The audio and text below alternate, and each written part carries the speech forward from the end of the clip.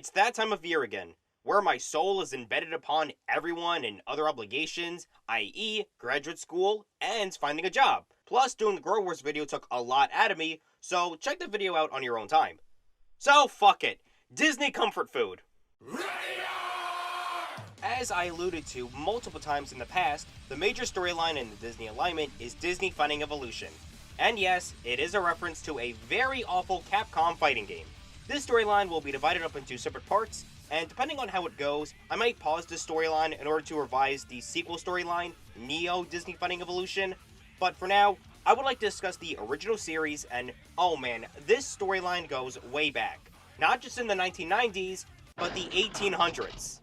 This video will serve only as an introduction and backstory to the main characters before the first major arc of the storyline that occurs in 2007. The main characters may shock you. If you've seen my other videos that feature this alignment, you're probably expecting Mickey to be the main character. Nope. While he is a key character, this storyline is not about him. Nor is it about Gatomon, or Lailamon for convenience, since a lot of focus that I've been doing recently has been on her becoming the Astro Soul co-owner of the company. No, the main characters of Disney Fighting Evolution, or DFE for short, are actually two best friends that have been a part of the company for decades. And to top it off, they are two of the most iconic villains in their library. These best friends, of course, being Maleficent and Grimhilda, or as she's more commonly known, the evil queen from Snow White. Yeah, Disney does this thing where they give characters canonical names, but often does not use them, probably for marketing and merchandise reasons. I already brought up Grimhilda, but there's also the Beast, whose name is Adam. Even Elsa and Anna's parents have names, but Disney refuses to acknowledge them. To be fair, they were terrible people. Crazy to think that Anna was the only good egg that came out of Arendelle. But yes, these two characters have been best friends that worked alongside one another during their time at Disney. However, their friendship wasn't always like that. In fact, it wasn't even a thing back then. As stated, DFE's story technically begins in the 19th century with the publications of the original fairy tale stories. As for how Astro Souls were created back then, whenever the authors made these stories, the characters from that source material were created afterwards. And these were not the same stories that we're familiar with, thanks to import by Disney. For example, Grimhilda danced till she died from wearing hot iron shoes, and as for Maleficent, all she did was place the curse on baby Aurora and then disappears from the rest of the story. I'm not kidding. Now, even though I used their Disney names, these were not the names that they were given. You had the Wicked Queen and the Dark Fairy respectively, and because they were created with those names, they didn't mind that they didn't have proper names. After these stories were written, the Astro Souls decided to share their experiences and stories around the world.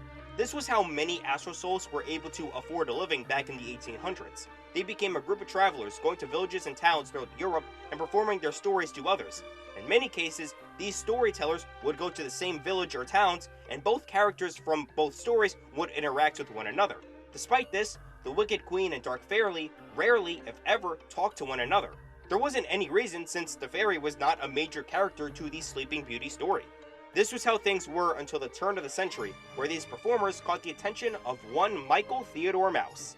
He was looking throughout these stories and picked up the tale of Snow White since his company was making their first feature-length animated feature, which at the time was unheard of. But Mickey was determined to make this fantasy come true and hired all of the Astro Souls from the story and for once actually gave them names, including Grimhilda.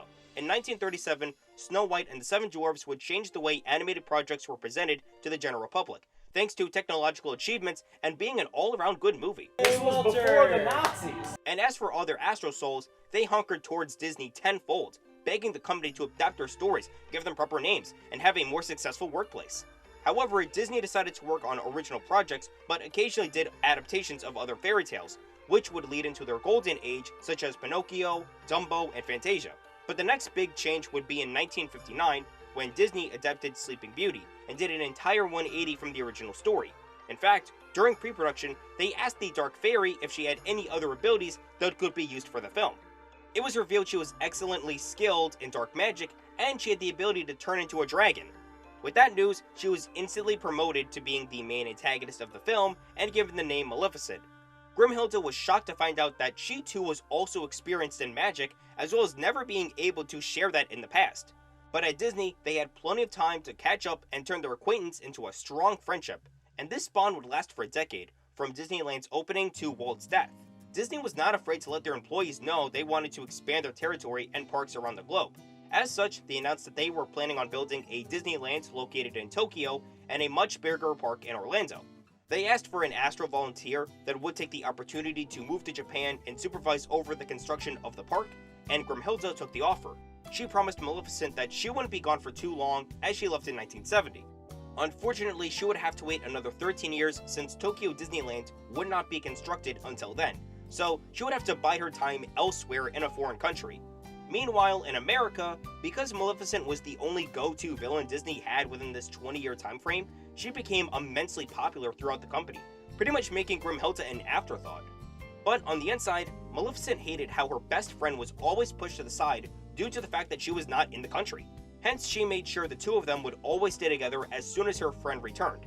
In April of 1990, Grimhilda eventually returned to America after occupying her time in Japan while waiting for Tokyo Disneyland to open and spending 7 more years in the country before leaving. Little did both of them know that the company was going to shift into a massive change for Astro Souls in the coming years and decades. And that's where I'll stop here. I wanted to make this a shorter video, but also being able to share an introduction to our two main characters of the storyline before things get heavy. Plus, sharing how Disney used to be back then. They haven't become the corrupt cash cow machine that we know today, they haven't bought every franchise under the sun yet, and Mickey hasn't become the soulless rat that people see him now. This was a peaceful time for Disney, especially when they were going through their renaissance. But while things seem cheery on the outside, it's a lot darker on the inside. How dark? Well, subscribe to the channel to find out, whenever I release the next part. Until then, I'm AJ, and I'll see you all in the next one.